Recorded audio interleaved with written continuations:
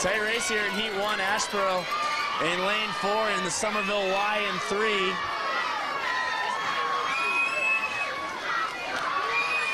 It's going to be the Y. Final time of 2:51.40.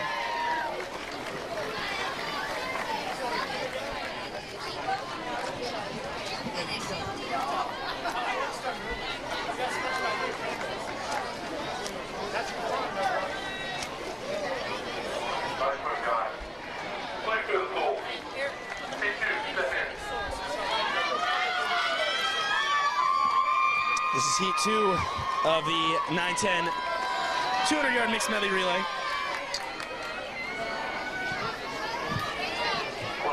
In lane 2 is Shyamalan. In lane 3 is Dunes West. 4 is Legend Oaks. 5 is Crowfield. We're going to bring in our first guest commentator of the morning. This is News 2 Sports Director Evan West. Evan, welcome to Crowfield. How you doing? Going great, David. I got to tell you, man, you've done a fine job, and I feel a lot of water in your face. Did you take a swim in the pool or what? No, that's sweat. It's that hot out. Yes, it is. Very humid, but a great day to sweat, man. We're also in the sort of in the splash zone, especially when we have people diving in Heat in lane 1 in front of us. But not so much in these early heats. So you've been here since early this morning. What have you been talking about on the news? I've just kind of been talking about what we can expect today. I'm sure a lot of your viewers know the drill, but I'll drill them again. You know, I hear it's the longest day of racing, some of the youngest kids, so a lot of dynamics, a lot of, I guess, moving parts here, and they're just making sure that everything's going smoothly. Of course, they started an hour early on Saturday this year to kind of get everything done because the heat is just really taking its toll on people in years past, so they're making sure everybody stays hydrated. And it looks like all these swimmers are ready. They're having a good time. Of course, still early in the day. Plenty of swimming to be had, but what are you seeing out here, David? Who are you kind of expecting? I know Sneak Farm's got a big lead, but who's sneaking up on them? Well, Coosaw Creek is winning that first relay is big, and Sneak Farm getting DQ'd, and Daniel Island, 2 of the top 3 teams in the city the past 2 years, getting DQ'd on that first relay is not a good thing, for sure, for their hopes. But got a long way to go. You know, these 7-, 8-year-olds, 9-, 10s, you don't really know what to expect. A lot of them in their first city meet. It's kind of neat to see them see them trying to build into their strokes, figure out what they're trying to do in the water, especially on this butterfly. You ever tried some butterfly, Evan? I have, and it was not pretty. You know, I used to be a lifeguard back in my college days. This was a long time ago. I tried my hand at the butterfly, but I'll tell you what, this 8-year-old coming down here swimming it, he's doing a lot better than I did. He's 10. It's tough to go too loud, especially at that age.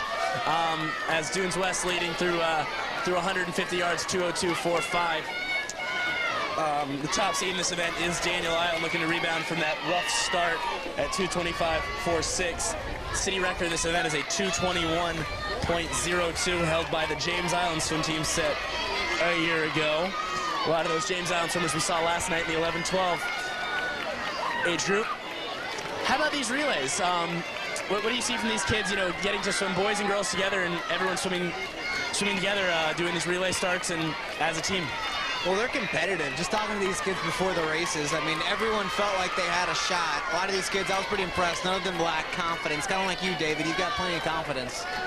Thank you, Evan. Is it 2:38.50? Dunes West gets it, followed by Shyamalan. And the Legend Oaks swim team comes in third.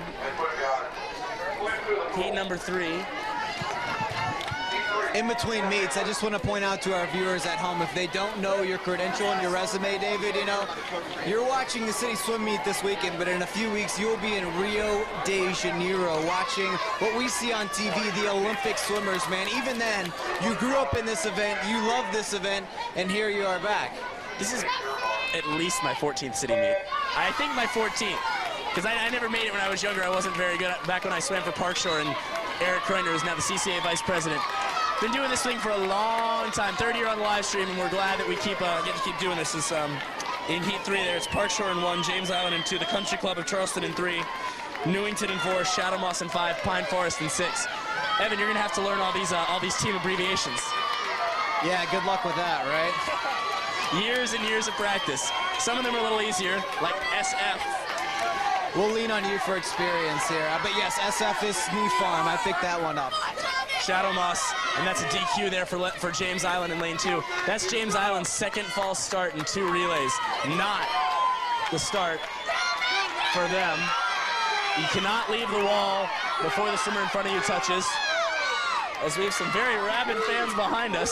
I can barely hear myself think, man. I mean, there's just a lot of support out here. I'm impressed. Good parents. Yeah, I can't even tell what team this is behind us, to be honest. Might be Shadow Moss. We might have to be breaking up some fights pretty soon, though. These parents are passionate. They are passionate. Hopefully no fights.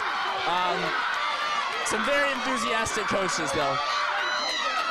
For sure, as James Island, again, the James Island team has been DQ'd here for a false start. We saw that hand go up immediately.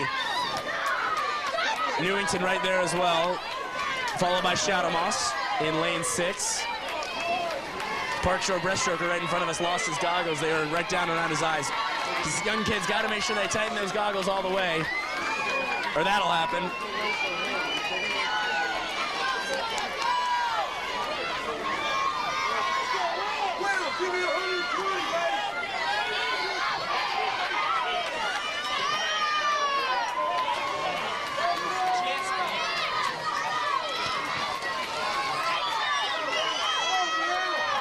James Island in 157.37. Again, we expect them to be DQ'd. Shadow Moss and then Newington. Here comes the Country Club, though.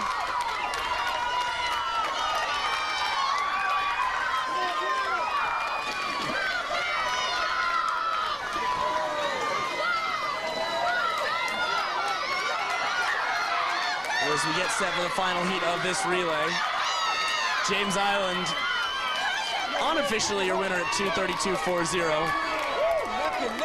Again, a very good time there.